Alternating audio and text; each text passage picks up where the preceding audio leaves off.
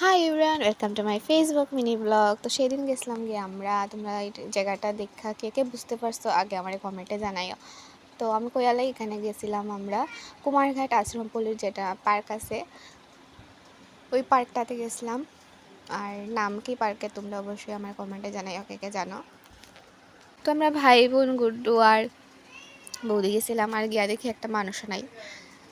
তো তোমরা কীরকম লাগছে পার্কটার ভিতরে গিয়া, যেই গেছো? আর এত জঙ্গল, আমার তো পার্সোনালি কই আমি সত্যি কথা আমার বেশি ভালো লাগছে না, কারণ এতটা হাঁটতে হাঁটতে আমরা এতটা ভিতরে গেছি। যাই হোক, ভিতরে গিয়া তবু একটু জিনিস একটু সুন্দর মোটামুটি। আর বৌদির অবস্থা দেখো, এখানে রুদ্রের অবস্থা সবার খারাপ। আর যেহেতু আমার যে একটা ভাই আইছিল কমলপুর থেকে, হেও কইতেছে একটু ঘুরতে যাইব, তো ভাইয়া কইতেছে চল চল এখানে যাই। এখানে ভাইয়ে ফটো তুলা দিতেছে ভাই আর বৌদিরে। আর এদিকে আমি রুদ্রে আমার এতটা অবস্থা খারাপ যে আমার আর সহ্য হইতাছে না। আমি শুধু ছায়া তুকাইতেছিলাম যে আমি একটু বইমু।